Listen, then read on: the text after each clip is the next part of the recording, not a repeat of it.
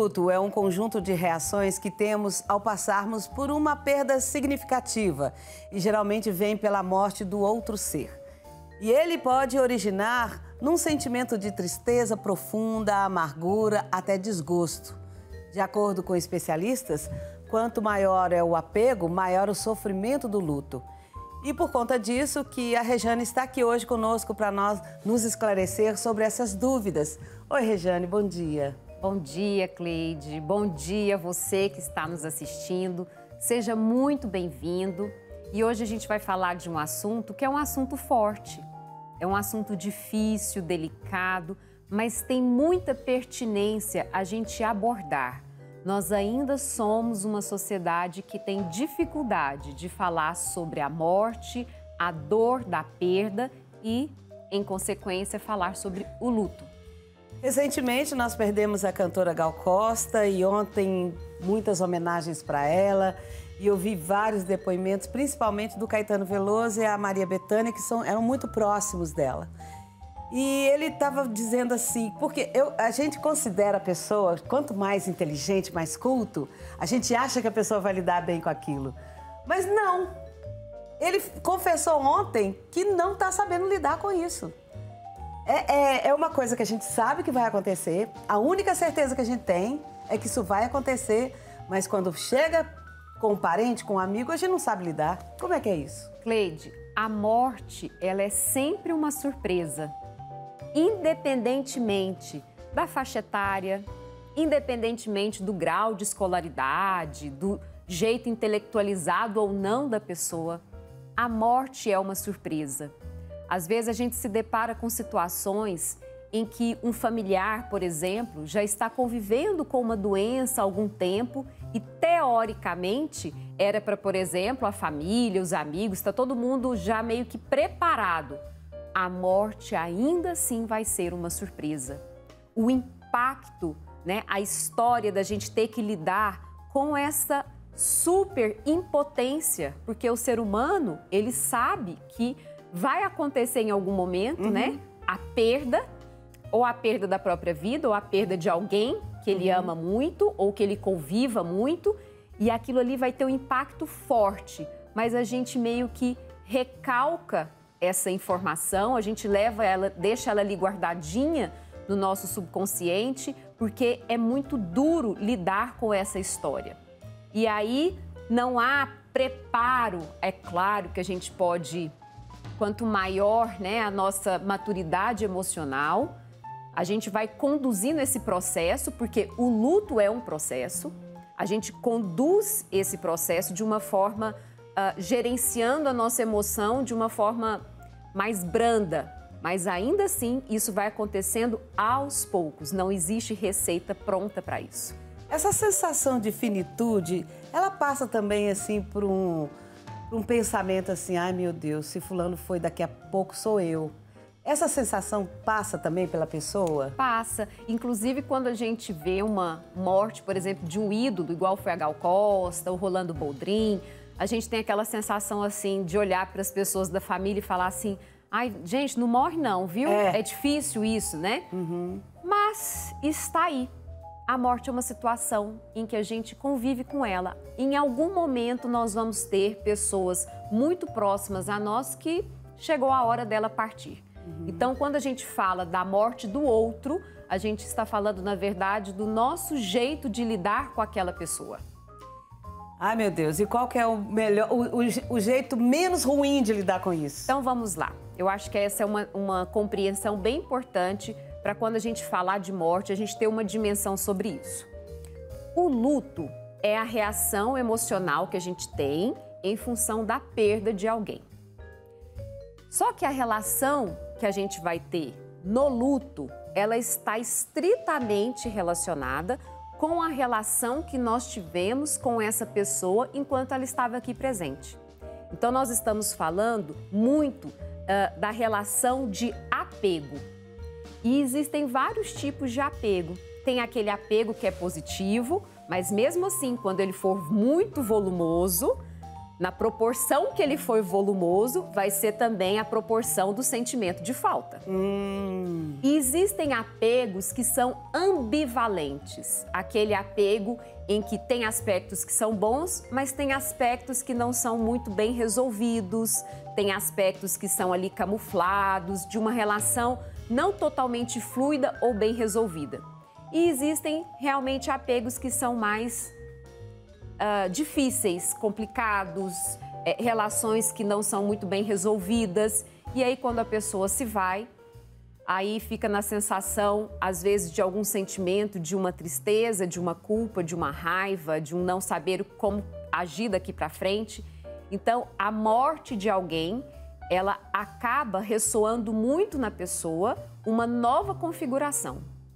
Ou daquilo que emocionalmente não estava bem resolvido, ou como que eu lido com a falta daquela pessoa com quem eu tinha um vínculo tão bom, ou muitas vezes como é que eu vou lidar com um novo papel, porque a morte de alguém reconfigura os papéis.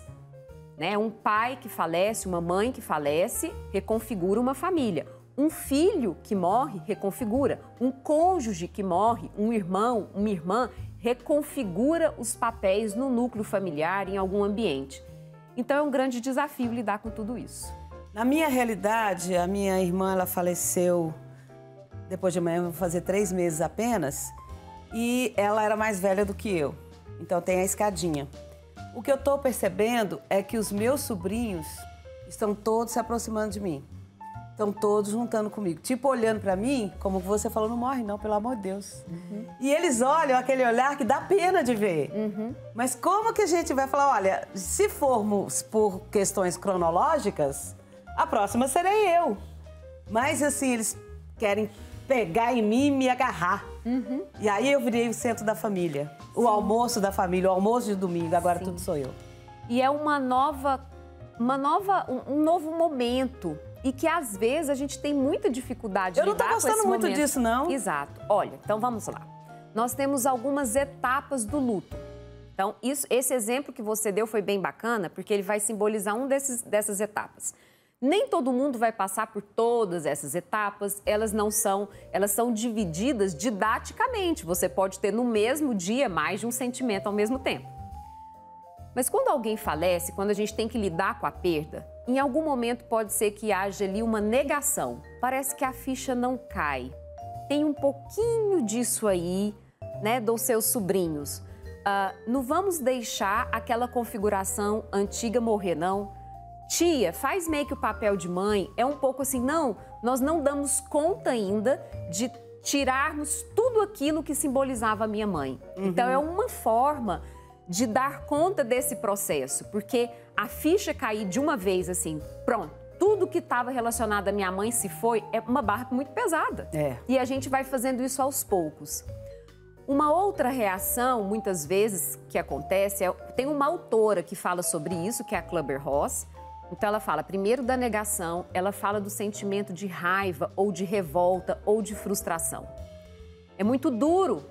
A gente, às vezes, quer encontrar um senso de justiça, mas não é justo tal pessoa morrer, já que tem tantas outras pessoas que tarará.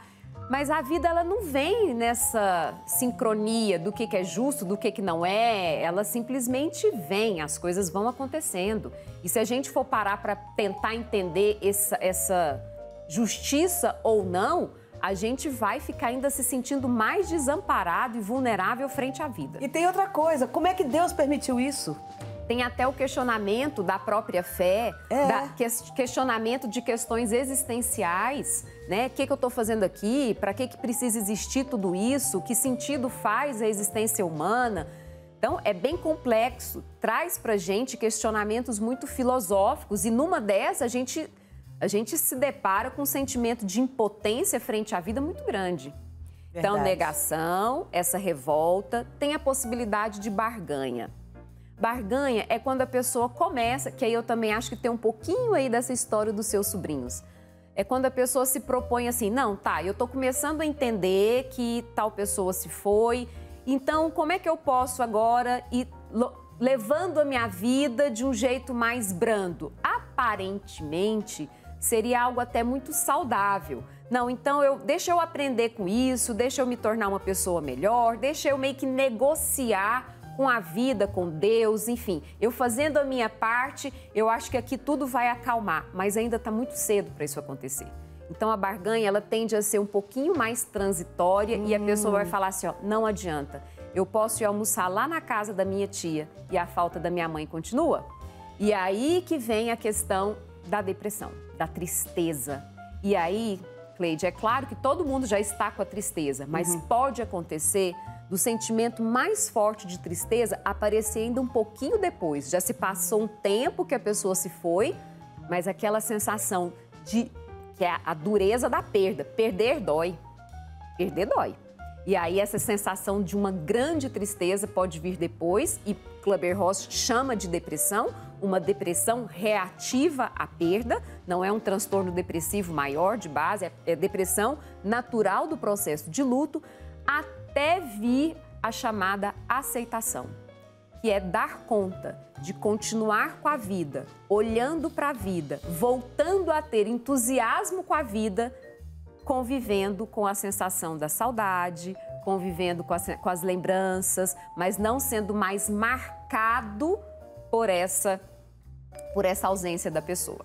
Um viúvo ou uma viúva que não quer se permitir essa alegria de reviver, que todo mundo fala assim, nossa, o fulano foi, já já a fulana vai também.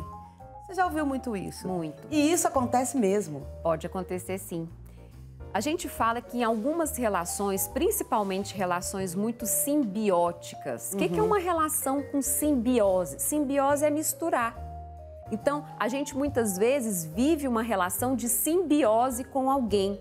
A gente nem sabe direito o que é da minha identidade, o que é da identidade do outro. A gente tem uma identidade misturada. Quando existe uma relação de uma simbiose, quando uma outra pessoa se vai, não é raro a outra pessoa sentir emocionalmente que ela também já se foi. E o corpo vai começando a interpretar isso e vai se entregando para a morte. Então, é um desafio muito grande. Então, não é raro mesmo isso. Ou, às vezes, a pessoa não chega a falecer, ela está ali respirando, convivendo, mas ela leva uma vida mortificada, porque aquela pessoa que se foi levou ela também. E o que a gente pode fazer como parente, que estamos próximos dessa pessoa, para ajudar? Primeira coisa é esse acolhimento. Gente, lidar com a dor do luto é difícil, mas lidar com isso sozinho tende a ser ainda mais puxado. E você não precisa se sentir sozinho para enfrentar tamanha dor. Então, ajudar a acolher quem está por perto, dar espaço. Às vezes a pessoa fala assim, nossa, mas já passou tanto tempo, ninguém está aguentando mais eu falar sobre isso. Mas tem algumas pessoas que dão esse espaço e às vezes não é só o falar, é o abraçar, é chamar para fazer alguma coisa juntos. E caso aconteça dos sintomas de sofrimento estarem muito difíceis, muito intensos, estarem prolongando, porque existe o luto natural e existe aquele luto que a gente chama de luto complicado ou luto patológico, que é aquele luto que se estende muito e a pessoa sozinha não está conseguindo se reconfigurar na vida frente àquela perda.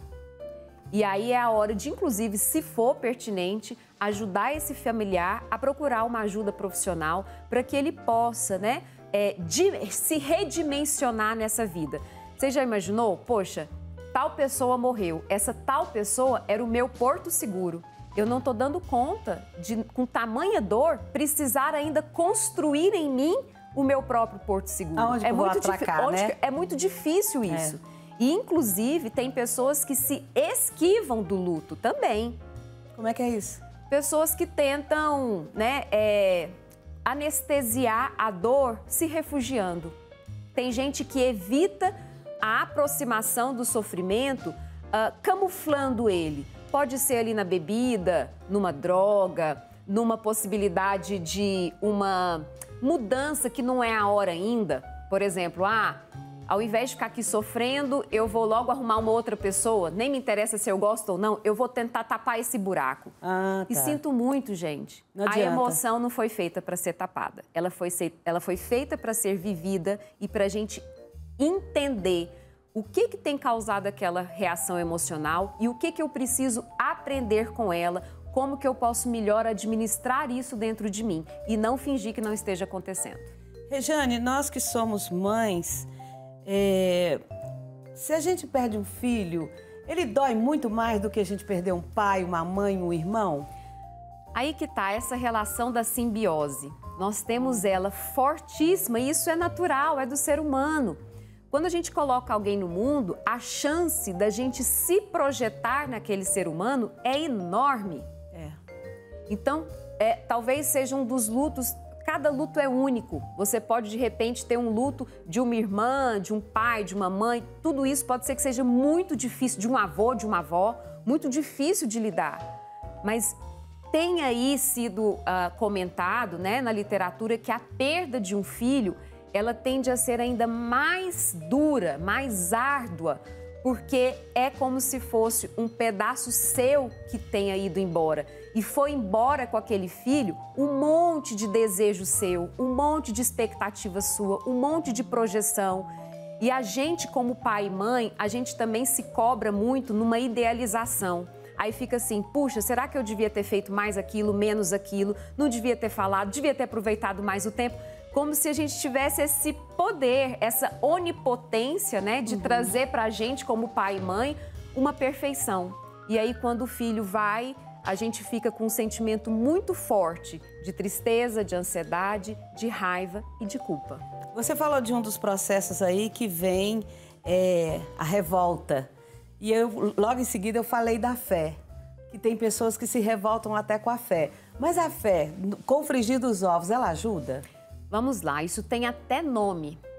A psicologia já muito estudou isso. As estratégias de enfrentamento, nos estudos que a gente faz, levam o nome de coping. Coping é enfrentamento.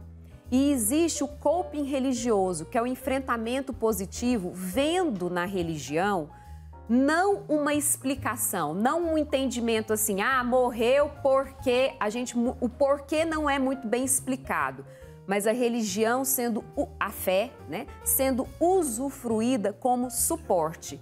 Eu não consegui entender, mas eu tenho essa sensação que tem algo conspirando a meu favor, algo dizendo para mim, você vai dar conta, algo me dando suporte e eu tendo a sensação, vá, um dia de cada vez, sinta-se respaldado, amado. A fé tem muito essa movimentação dentro da gente.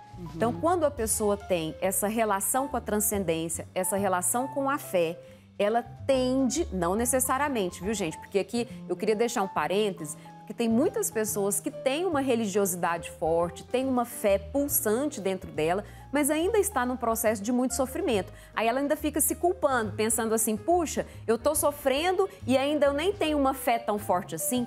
Calma, tem, mas você vai precisar usufruir dessa fé para conviver com essa dor e também para enfrentar as suas demandas, né? Como se fosse assim, tá rezando, reze para Deus te ajudar a falar, nossa, me ajude a tocar a minha vida novamente, compreendendo que o sentimento de uma profunda gratidão por essa pessoa que passou pela minha vida, mas também colocando dentro de mim o compromisso de aprender a tocar minha vida adiante, mesmo que na ausência dessa pessoa.